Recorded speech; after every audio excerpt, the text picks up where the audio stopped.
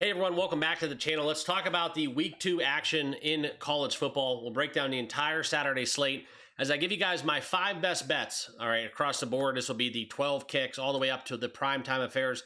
Not a bunch of key marquee games outside of the Michigan-Oklahoma battle we will have at 7:30. That will be the game of the week, of course. But also, we had 2 games on Friday, and I want to share with you guys my thoughts on what we have going down in the market here as we look into the Saturday slate. So let's do it. Let's run the board. For those of you that are not currently subscribed to the channel, it's completely free to do so. As you do watch, these are completely free picks. Make sure you hit that like button and please subscribe down below. And for those of you that do not know me, my name is Mark. We talk sports betting each and every single day, and just glad we got the college football and NFL heating up as we do have pretty much action every single day. So that's kind of where we're going to get into today's board, and we're going to run the entire thing looking at outlier, and we'll talk about the games on the slate. I will also mention a couple games of note along the way that I do have leans on that I will not play officially. I will give you my 5 picks, and let's make it a profitable day. Let's cash some tickets, and let's get right into it. All right, Baylor and SMU. This is a noon kick, probably the best noon game that we do have. For me, guys, I do like Baylor on a little bit of a bounce back here after that loss that they did have last week.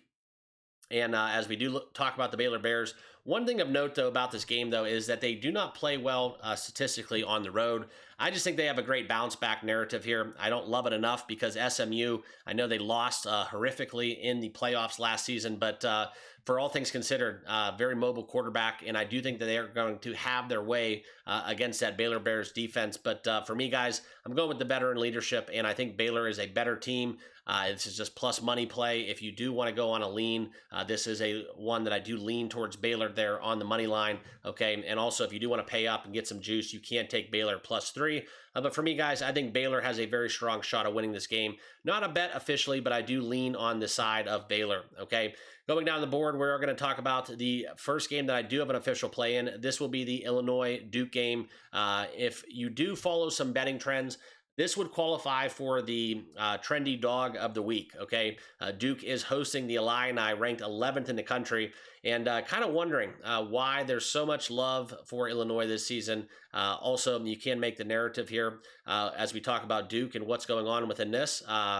Simply put, this is kind of where we look into the conversation here that Duke's quarterback is playing very impressive, okay? I know that he played against Elon last week, but still almost damn near 400 yards, and it's going to be a little bit of an uptick in defenses he will be facing today, but I think Duke's live, okay? I think Duke's live. I don't trust Illinois, and also if we're going to look into kind of what they're bringing to the table, they are at home. I think this is where there is their matchup does kind of have a way about it that I do favor, and I'll give you guys some more insight into this game because I think this is where we look into a potential trap, but still, I'm taking the Duke, the low-hanging fruit, because I do think that Illinois being a 2.5-point favorite, I don't agree with the number, okay? And you can see here by the betting splits, the overwhelming support on the Duke money line, not so much in the spread, but on the money line makes it a better play as we look into kind of Duke versus Illinois. A lot of veteran leadership there with the Illini, but I think this is something where it's going to be a close game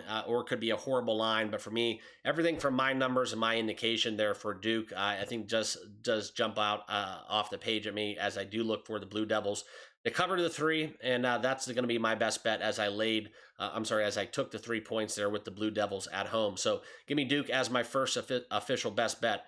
Next, we could talk about the big matchup we have with Iowa and Iowa State. This is one where we look into it. For me, guys, it comes down to a couple things. Iowa +3.5 is enticing. That's kind of the side I would fall on, but I did like what Iowa State did do in Ireland. However, they do have to come home. It was probably a weird time change practice week for them. I think it'll be a low-scoring affair. I think 42.5 might be a little bit too much, but Iowa State has been playing very impressive.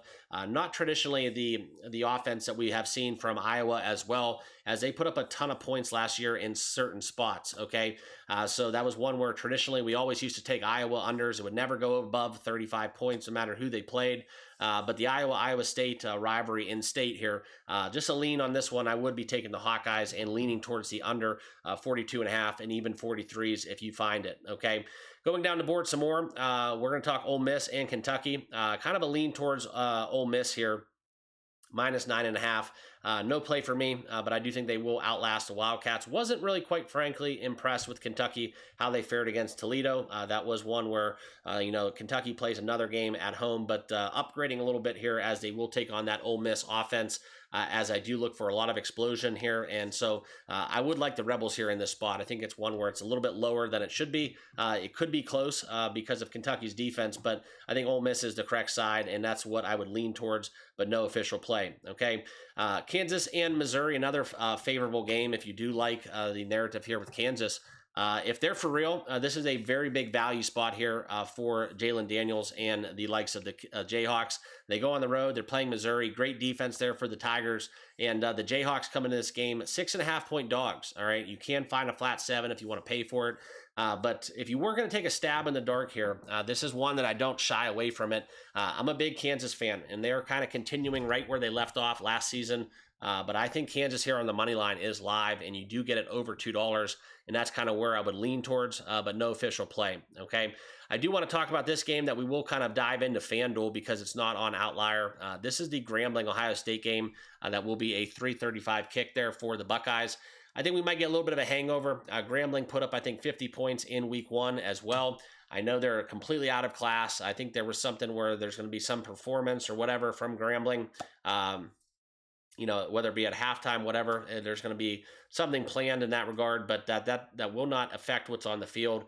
I just don't really trust Julian Sayin right now. I know they're going to try to get him going. I think that Jeremiah Smith will go off, potentially even 3 touchdowns in this game. But I don't think 55.5 is kind of warranted. All right. I think that this is just way too many points. It's kind of my ugly bet of the week, if you want to call it that, where I would lean towards the side of Grambling. Plus 55.5. It's dirty. It's disgusting. Probably the crustiest play that I would make, but it's just way too many points for me, especially with a total set at 62.5 against a team that dropped 55 or 50, whatever they scored week 1. I know it was against an inferior opponent. I'm not using that as a common denominator, but I just think 55.5 is too much. Okay. So if you do like that category, right now the odds makers are projecting the game basically being Ohio State 55 and Grambling 7. And that would take us right to that 62-point total that we see it set at.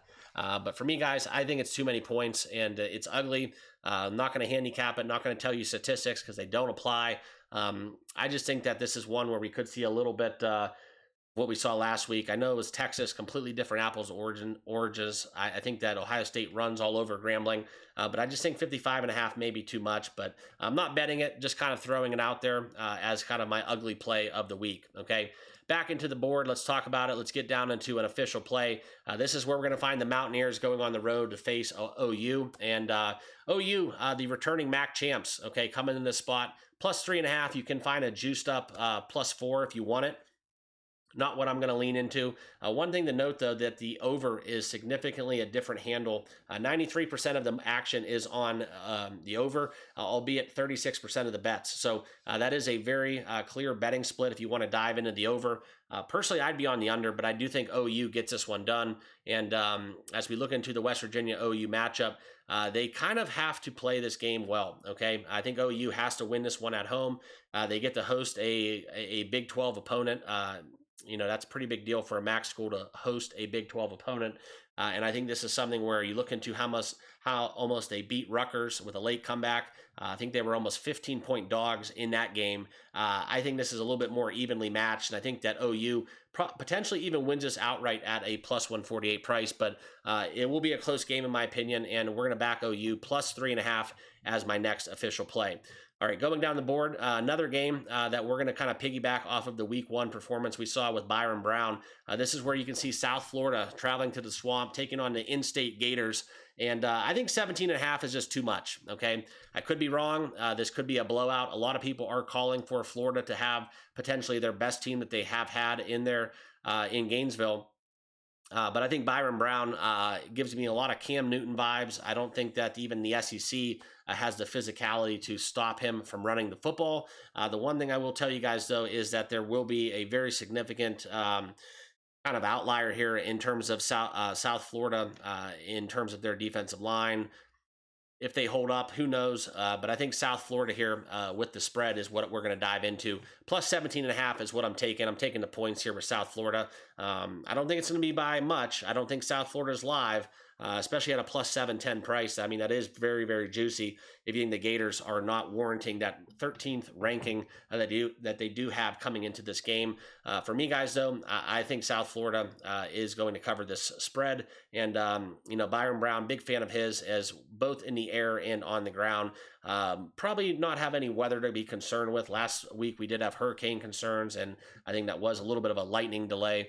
A little messy game too from how the field was as well. But I think this is something where you look into South Florida as they beat Boise State outright. And they absolutely demolished them. Okay, that was a complete outlier. One of those lines that was just completely wrong. But for me, guys, I like South Florida plus 17.5. It is kind of I don't want to say chalky, but it is kind of one of those bets that makes you kind of worry about a trendy dog, because a lot of people will just look at, oh, South Florida beat Boise State. They beat a ranked opponent week 1. They're getting 17 and a hook week 2. It kind of makes the argument for Florida if you do think that they are not fool's gold. But I do. I don't think Florida is deserving of this ranking, albeit a lot of the analysts out there and people in the space, in the betting community, very high on the Gators. Me, not so much. Okay, so give me South Florida plus 17.5 as my next official bet. And we will recap the official plays at the end of this video, so make sure you guys that are following along continue. All right, and then the next game that we will have an official play in, there is no clear handicap in this game. This is just where I think it's just a bad number. I think that Arkansas has their way with the in-state Arkansas State Red Wolves. Minus 23 is what I bet. That's where I'm at. I think that Arkansas wins this game. I think that's just kind of, SEC hosting a non-top tier conference opponent. So I do like Arkansas to cover this number with some margin.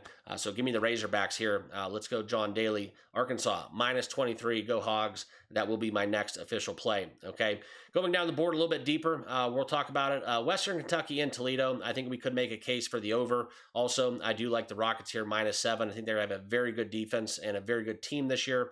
That's kind of how I feel about that game, but no official play. And then we'll talk about the marquee game, and that will be the last game on the docket that I will have an official play for. Okay, and this is going to be the likes of Michigan and Oklahoma. You could go first half for this one, but I think that Oklahoma's defense is as advertised, and kind of going into the narrative here within what we get with the Michigan first-year quarterback. We'll talk about kind of the John Mateer narrative as well, transferring over from Washington State. But I think this is something where you look into these two defenses, okay? Oklahoma played outstanding defense in week 1 and going against, not sure actually who they played, Illinois State, okay? But I also think that it's something where Oklahoma offensively a little bit clunky going against Illinois State. From what we want to go off of Michigan, they're going to have a great run defense. First-year quarterback, though, going against Brent Venables, though, I don't think this one sets up for success. And as you look at kind of what they did against New Mexico, one of the statistics that does jump off at the page at me, this is kind of where you look into arguably two of the best defenses in the nation, just did not have the output that I want to see, okay? And I think that's kind of where you look into how they held opponents there in passing downs and also on third down. I think that sets up for a lot of defensive efficiency here in this primetime matchup. And that is it's going to lead me to my best bet being on the under. Okay, so if you can find a 45, great. That is my best bet for the primetime matchup. I do like the first half as well. 21.5, I think, is what you can find for the first half market. It would just very shock me if Bryce Underwood played well against Oklahoma. Could be wrong on this one. We could see some fool's gold and just have an absolute shootout there in Sooner Nation. But for me, guys, I think Michigan, Oklahoma, very hard scoring will be at a premium. Very hard to get anything into the end zone. And I do look for, despite having two good quarterbacks on paper, I think the defenses do prevail. So I'm going to go under the total of 45 here in this spot as my last official best bet. Okay, guys, here's the recap. The 5 best bets. We're taking the points with Duke. We're laying it with Arkansas, minus 23. OU, we're going to take 3 in the hook. And then also South Florida taking 17.5. And then we're going to take the under 45 1.5 between the Wolverines and the Sooners. Okay, so make sure you guys get the best numbers available. Please shop around. If you are going to be watching this video on Saturday, note that these numbers may have moved, so please keep that in mind. That's why we use outliers, so that we can find the best current numbers. And yes, half points do matter. Okay, we don't buy half points historically. It creates a lot of issues if you are going to try to win over time, stack units. It's not a good proposition. So if the numbers do move significantly and they are out of reach, keep that in mind, that this has been basically recorded before the numbers do hit the market there on Saturday, where a lot of the public does, and the big line movers come in, the groups and the syndicates. They will shift the numbers significantly, especially in some of the games that have smaller handles and also primetime games. Okay, so I'll leave you all with that. Those are my best bets. Enjoy it. Good luck out there. Let's cash some tickets, and we'll see you guys all in the next video. Cheers.